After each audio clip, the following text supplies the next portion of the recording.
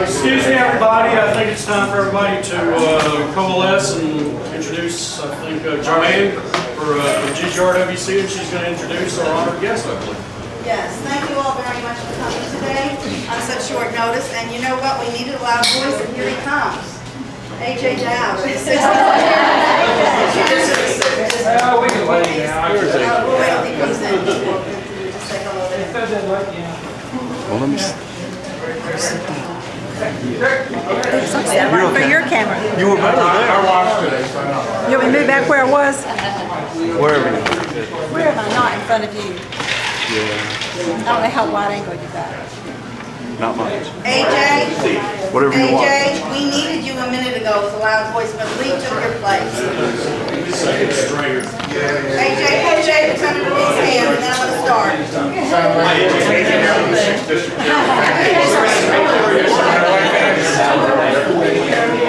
Hey, now we get Can I have everybody's attention, please? You got it, brother. Wait, I gotta kiss my secretary. Shh, we have your attention?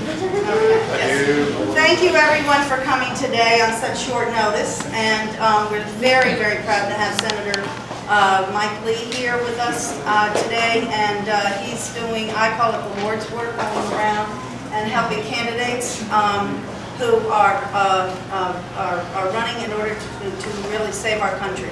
So I'm going to give you a brief little rundown of Senator Lee that I got off your website this morning. Didn't even have time to type. So I'm just going to read it. Senator Lee is the junior senator from Utah and has served in the Senate since January 2011. He spent his career defending the basic liberties of Americans as a tireless advocate for our founding constitutional principles. He spent several years as an attorney. Throughout his career, Senator Lee earned a reputation as an outstanding practitioner of the law based on his sound judgment, abilities in the courtroom, and thorough understanding of the Constitution. Today, he advocates effortlessly to support constitutionally limited government, fiscal responsibility, individual liberty, and economic prosperity. Lee and his wife Sharon live in Alpine, Utah, and have 3 children. And right now, also, before I quickly introduce Senator Lee, I want to say thank you to Marty Kotis, who's not here right now, but this is his restaurant, and he kindly said that we could use this area, and y'all got a piece of paper when you came in from Joanne asking you if you would go online and say a few kind words about Darryl's, which would be great. That's the only payment he wanted.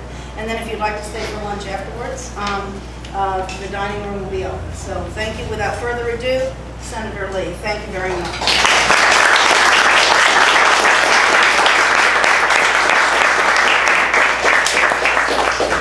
Thank you, you very much. I appreciate the warm welcome I've received while here in North Carolina today. This is not the kind of welcome I routinely get in Washington. Every time I leave Washington and go someplace real, I'm proud to say that it's a good feeling to be back in the United States of America. I'm here to advocate on behalf of my friend Tom Tillis. Tom Tillis is a man that we need in the United States Senate right now. As a devout Republican, Tom stands for principles of constitutionally limited government. He's one who understands that we're great as Americans not because of who we are, but because of what we do. And that one of the reasons why America is a desirable place, one of the reasons why it's the kind of place where everyone wants to move, everyone wants to live, is because it's an opportunity society. It's a place where someone can be born into poverty and retire comfortably, or in some cases, even wealthy.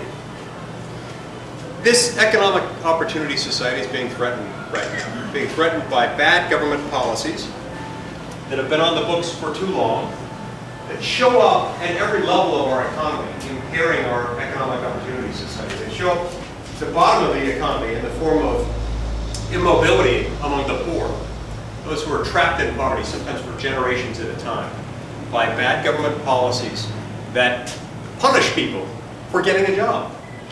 It shows up in the form of insecurity among the middle class. You know, a lot of Americans are working hard, they're able to provide for their families, but whenever they get a little bit of additional income, if they're that fortunate, they find that that income quickly disappears. It's quickly consumed by a bad combination of bad tax policy and excessive regulatory policy, resulting in increased prices on goods and services and diminished wages and unemployment. This opportunity crisis also shows up at the top of the economy in the form of cronyist privilege at the top. Sometimes those who have climbed to the top rungs of our economic ladder pull up the ladder from behind them, using government as their guide, using government to assist them in making it harder for others beneath them to climb the same ladder. These are failed policies that we've been attempting for the last few decades, failed policies that we've accelerated in recent years. It's time for a difference. Meanwhile, we've got a Congress, we've got a Senate that, under the current management, has not allowed votes to take place. We've got nearly 400 bills that have been passed by the House of Representatives with bipartisan support that are sitting on Harry Reid's desk and not moving forward for a vote. So we're stuck in the old way of doing things. We haven't passed a budget in 5.5 years in Congress. The last time Congress passed a budget, there was no such thing as the iPad.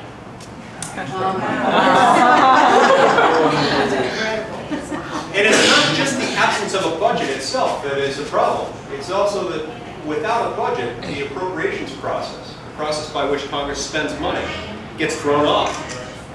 We don't have itemized spending bills. We just have a continuing resolution. It's basically an on-off switch. It's a reset button. It just says, let's keep government funded at current levels. And with continuing resolutions, you don't really have an adequate opportunity for oversight over the executive branch agencies. It's one of the many things that's contributing to an out-of-control executive branch that is acting in a lawless fashion.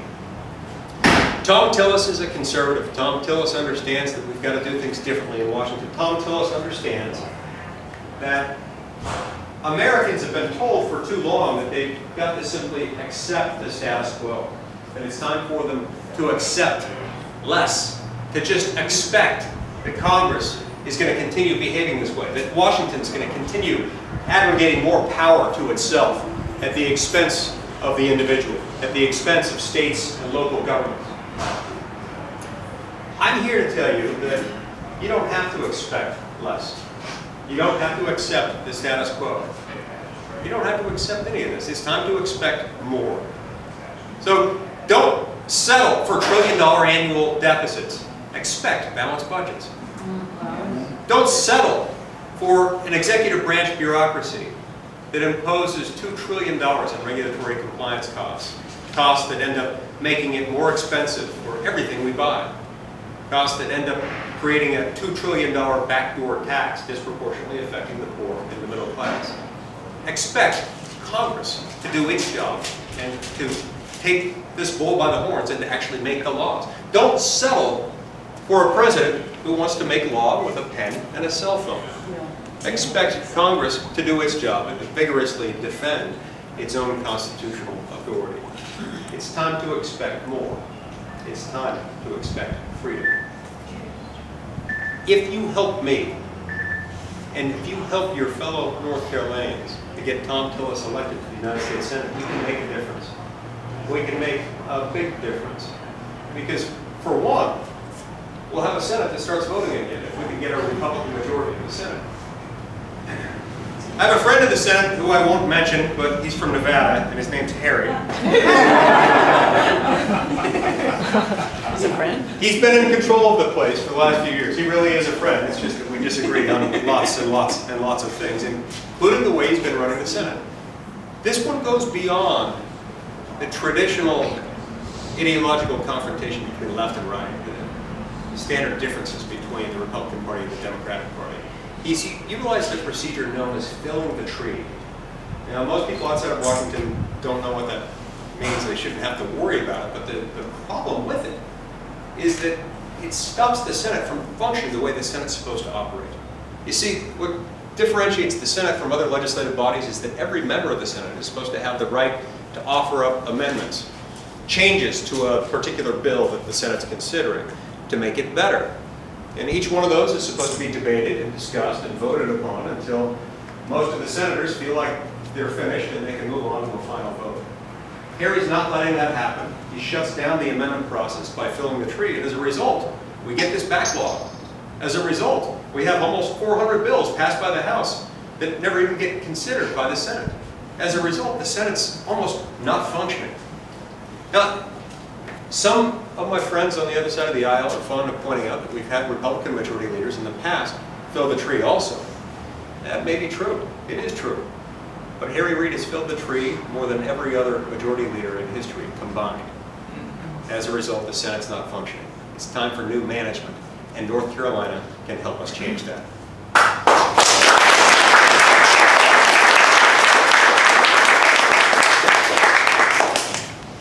Talked to my wife last night. She's been following these polls very closely, and especially as I've been traveling this week. She's been paying close attention to the states that I'll be visiting. And she called and told me it has never been tighter. This race is just head-to-head. It appears to be a dead-even tie. And so every single vote is going to count. So I'm going to ask each and every one of you to vote. Not just once, but 10 times. Now, I'm not suggesting you engage in voter fraud. In fact, please don't. But here's how you vote 10 times. When you vote 10 times, number one, you make sure you go to vote. Number two, once you've voted, you make sure that you get at least 9 of your friends or your relatives, your neighbors, anyone who will listen to you. Get them to the polls. Drive them if necessary. And while you're driving them there, say, hey, let me explain to you why you need to vote for Tom Tillis. And outline some of the things that we've been talking about that we're going to talk about here today. This really is a big deal. The fate of our country, the future of our country, is going to turn in many respects on what happens right here in the Tar Heel State. And we need your vote. Now, I know that there was a difficult primary here. And I know that a lot of Republicans supported a lot of different candidates in this race. And it may well be that Tom Tillis wasn't the first choice of some of the people in that room. And I understand that. We have a Republican Party with a lot of ideas, and I think it's a good thing when we have primaries, when we've got a lot of candidates that come forward. Because that gives the voters an opportunity to decide which one they're going to support. In this instance, I think we ended up getting a good candidate, and I look forward to having Tom Tillis as a candidate. But whether you supported him in the primary or not, remember, there is a big difference between Tom Tillis and his opponent.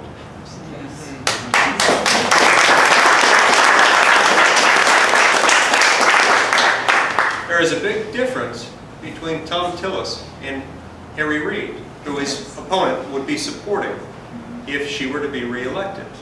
There is a big difference in ideology. So even if you don't agree with Tom Tillis on every issue, even if you back somebody else in the primary, just remember, a lot of us disagree. My wife and I agree most of the time on most political issues, but even she disagrees with me sometimes. She would say, I disagree with her. She's usually right, and she convinces me at the end of the day. We're not always going to agree. But in this process, we have to remember that we are the party of constitutionally limited government. We are the party of upward economic mobility. We're the party that believes in the American dream and American exceptionalism. And we've got to unite, and that means we've got to be far more about the business of sharpening pencils than sharpening knives and swords. We've got to be far more about looking for converts than casting off heretics. You know, years ago I heard a story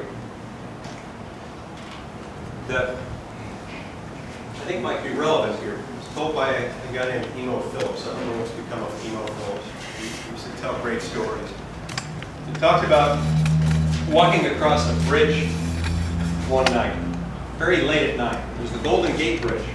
It was so late at night that he found himself alone. There was no vehicular traffic on the bridge at that moment. He was walking across the bridge, just enjoying the moment of solitude. When he got about halfway across the bridge, he realized he was not alone. There was somebody else on the bridge. There was a guy standing on the edge of the bridge, outside the guardrail, hanging on kind of like this. Based on the expression on the man's face and his position on the outside of the guardrail, Emo quickly concluded, this guy's in trouble. This guy's thinking about ending his life. I've got to put a stop to this. So he said, I stopped and I talked to him. First thing that I could think of was, do you believe in God? And the man said, yes. Well, me too. Are you a Christian? Yes, me too. What denomination? I'm a Baptist. Oh, me too. Are you a Northern Baptist or a Southern Baptist? I'm a Northern Baptist. Me too. Northern Fundamentalist Baptist or Northern Reformed Baptist? Well, I'm a Northern Fundamentalist Baptist. Me too. Are you a Northern Fundamentalist Baptist Conference of 1812 or a Northern Fundamentalist Baptist Conference of 1857? The man said, I'm Northern Fundamentalist Baptist Conference of 1857. And I said, die, you heretic.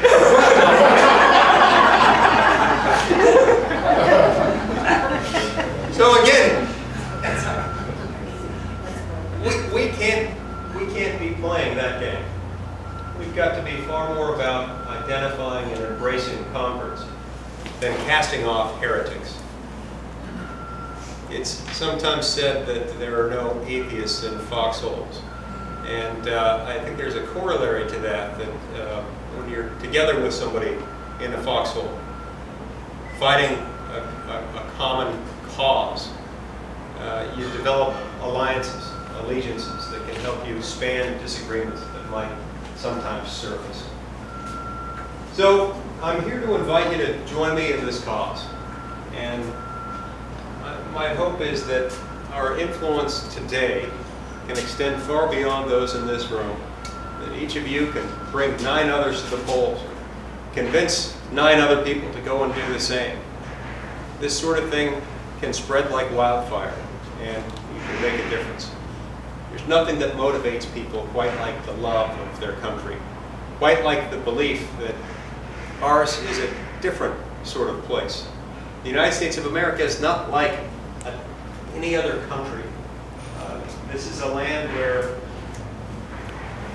you can be born into abject poverty and end up comfortable by the time you retire, or even wealthy. This is a land where the men and women, the sons and daughters of America, were meant to live in freedom. And Almighty God has blessed us with the ability to do that. We were meant to be free. We are, by nature, a free people. And the God of Abraham, Isaac, and Jacob has seen fit thus far to protect us in our freedom. But we have to do our part. We have to choose freedom. And I'm here today to invite you to help me do that. Thank you very much.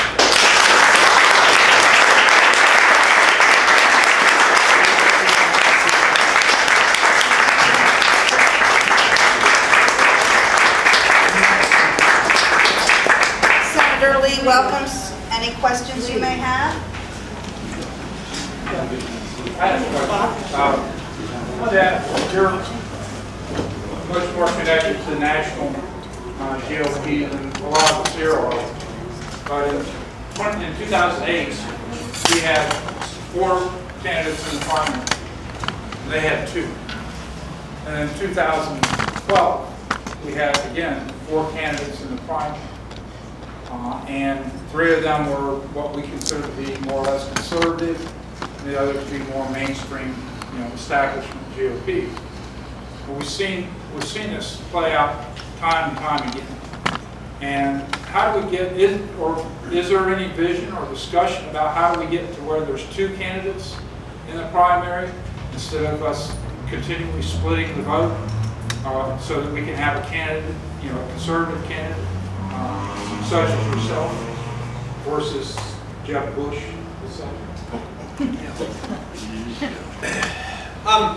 Yeah, I understand the concern, and this is a concern that surfaces. I've heard this type of concern expressed throughout my own state in Utah and across the country. I'm not sure that there is any easy solution for it, because any solution we could think of that would suppress people from running, that would prevent people from getting into a race, would probably be medicine that would be worse than the disease. And so I actually think we should encourage more people rather than fewer people to run for public office generally. It makes for a more robust debate. That doesn't mean that for any one of us, the candidate of our choice will always win. But I think we're generally better served when we have more candidates rather than fewer candidates. Now, there are ways of winnowing the process down. I do think runoffs can help. Every state has its own system for doing it. In my state, we have used a system that has served us well. We have for statewide and congressional races, we have a statewide convention. At the statewide convention, we narrow the candidates down to 2, except in some rare circumstances where they get a super majority, they can avoid a primary. But most of the time, they winnow the candidates down to 2, and then they stand together in a primary election. So that's one way of dealing with the problem that you've described. At the presidential level, it's made more complicated by the fact that we have multiple state primaries, and they all have their own systems, their own ways of doing that. So anyway, I wish I had a better solution for you on that. We don't have one either, so that's why I was asking. Yeah, conventions are a good thing that way, though. The president had asked me to go ahead, since I'm taller, and see if there's any other questions. So I'll go this way. Any questions over here? Yeah, you can ask me about law or politics or Washington or fashion. Relationships, gardening. Anybody over here have any questions for the senator? Have you ever played golf with Obama? No, I haven't. The truth is, To get stolen. I was trying to line up the moment after his question.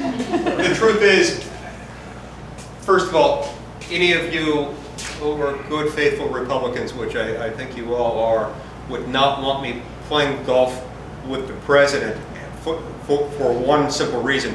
You'd be embarrassed to be Republicans if you saw me play golf. The president, as I understand it, is a good golfer, and I am not. So if you wanted a Republican senator to go play golf with the president, you would not want to pick me. Okay. Our president has a question. Yeah. Last night, a lot of us went to an event with Dr. Michael Ferris for the Convention of States. Oh, yeah. And our Lieutenant Governor Dan Forrest was introducing him. And so I'm wondering, do you have any ideas about Convention of States, especially since all of our states are losing our rights left and right, no pun intended, and we're very concerned about the overreach of the federal government.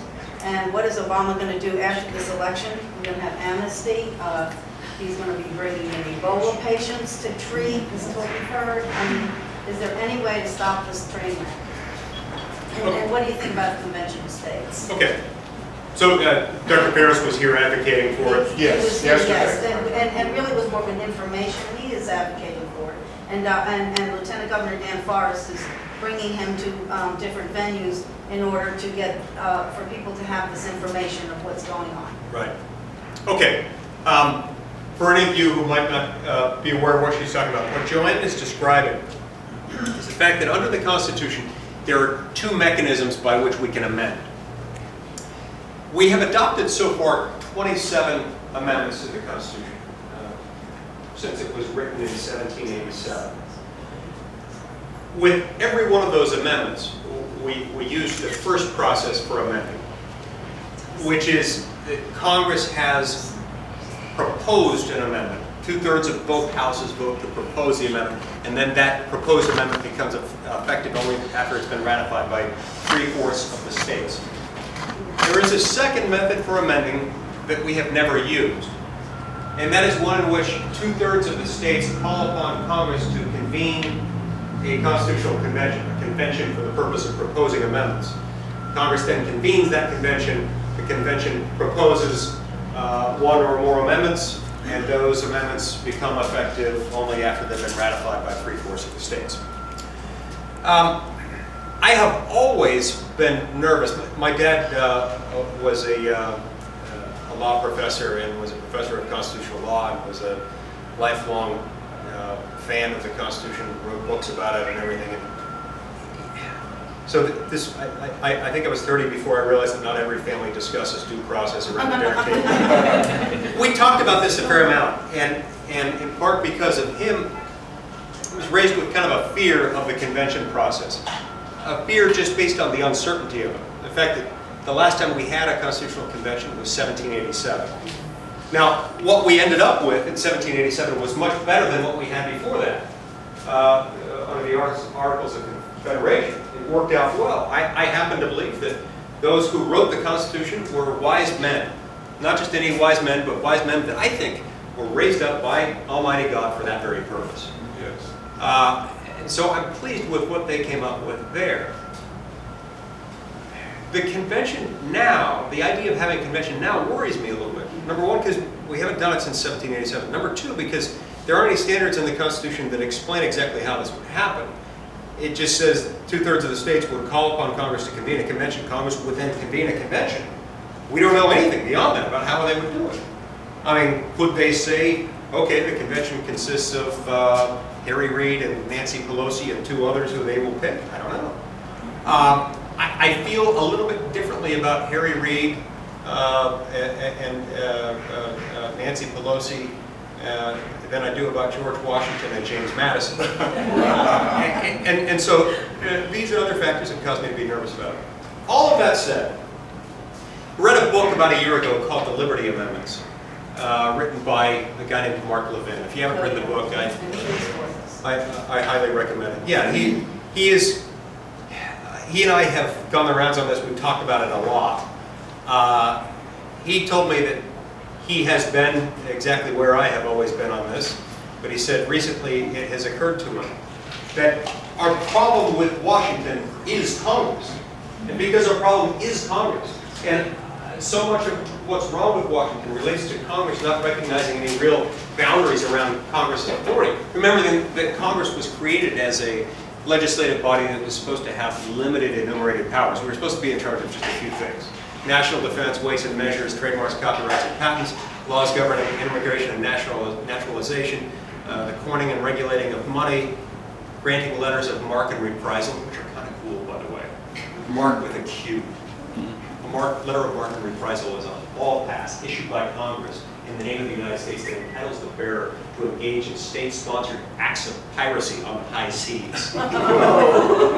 Regardless of how long I might serve in the U.S. Senate, one day I'm going to get a letter of marque and reprisal.